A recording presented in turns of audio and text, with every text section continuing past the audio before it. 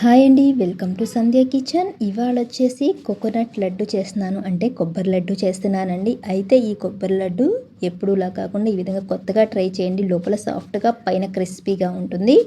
అయితే పచ్చి కొబ్బరి ఒక కాయ తీసుకొని ఈ విధంగా ముక్కలుగా కట్ చేసుకొని మిక్సీ జార్లోకి వేసుకుందాము. ఇప్పుడు ఈ కొబ్బరి లడ్డుకి కొంచెం ఫ్లేవర్ కావాలి కాబట్టి 2 యాలకులు అయితే వేస్తున్నాను. యాలకులు వేసి మెత్తగా, ఎంత మెత్తగా కుదిరితే అంత మెత్తగా మిక్సీ పట్టుకోవాలి.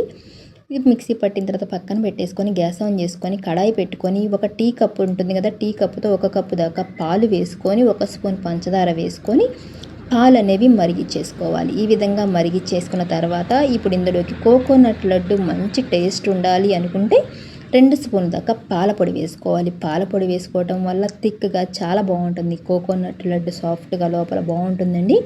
ఇదైతే ఉండలు లేకుండా బాగా కలిపేసుకోవాలి. ఈ విధంగా కలిపేసుకున్న తర్వాత మిక్సీ పట్టిన పచ్చి కొబ్బరి ఉంది కదా, ఈ పచ్చి కొబ్బరి కూడా ఇందులోకి వేసుకొని బాగా దగ్గర పడేలాగా సిమ్లో పెట్టి నిదానంగా ఉడికిచ్చేసుకోవాలి. అయితే ఫ్రెండ్స్, నేను చేసే వీడియోస్ కనుక మీకు నచ్చినట్టయితే లైక్ చేయండి, సబ్స్క్రైబ్ చేయండి ఫ్రెండ్స్.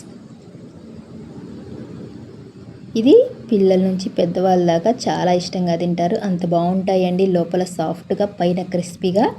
ఈ విధంగా దగ్గర పడింది కదా, ఇప్పుడు గ్యాస్ ఆఫ్ చేసుకొని ఇది కాస్త వేడి ఆరనివ్వాలి.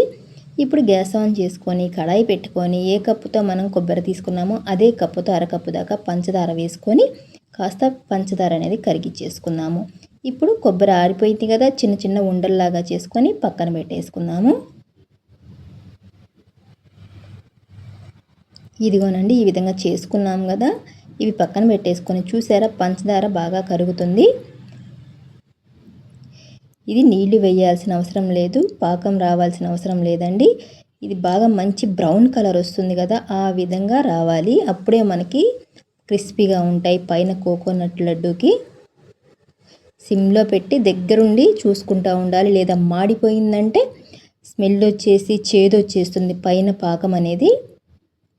ఈ విధంగా వచ్చింది కదా, ఇప్పుడు ఇదంతా దగ్గర కనుక్కొని ఒక్కొక్క లడ్డు ఈ విధంగా చేసుకున్నామంటే చక్కగా పాకం పట్టేసి వేడి ఆరిన తర్వాత పైన క్రిస్పీగా లోపల సాఫ్ట్గా ఉంటుంది. ఇవన్నీ ఒక ప్లేట్లో తీసుకున్నాము కదా, ఇవి కాస్త వేడి ఆరనిద్దాము. వేడి ఆరిన తర్వాత చూపిస్తున్నాను, చూశారు కదా. నచ్చితే లైక్ చేయండి, షేర్ చేయండి, కామెంట్ చేయండి, సబ్స్క్రైబ్ చేయడం మాత్రం మర్చిపోకండి.